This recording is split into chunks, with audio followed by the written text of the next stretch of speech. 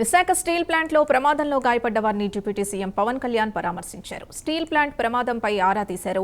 ప్రమాద వివరాల్ని పవన్ కు అధికారులు వివరించారు. బాధిత కుటుంబాలకు అన్ని విధాలుగా అండగా ఉంటామని హామీ ఇచ్చారు.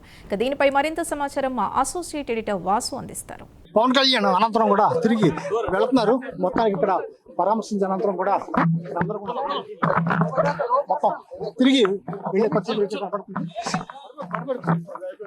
మొత్తానికి ఇక్కడ మొత్తం పవన్ కళ్యాణ్ తిరిగి బయలుదేరుతున్నారు. వీళ్ళంతా కూడా పరామర్శించి కార్మికులతో కూడా మాట్లాడారు. కార్మికులతో మాట్లాడి ఏ విధంగా జరిగింది ప్రమాద విషయాలను కూడా తెలుసుకున్నారు. ఇదేమైనప్పుడు కూడా ఈ దుర్ఘటన జరగడం దురదృష్టకరమని, కుటుంబాలను అన్ని విధాలు కూడా ఆదుకుంటామని కూడా పవన్ కళ్యాణ్ హామీ ఇచ్చారు. అంటే మెయింటెనెన్స్ లేకపోవడం వల్ల జరిగిందా, ఎందువల్ల జరిగింది అని ఇవన్నీ కూడా అడగడం జరిగింది. దీని గురించి సంబంధించి మొత్తం ఒక అధ్యయనం చేసి దీని సమగ్రమైన విచారణ జరిపించి తగు చర్యలు తీసుకుంటాం.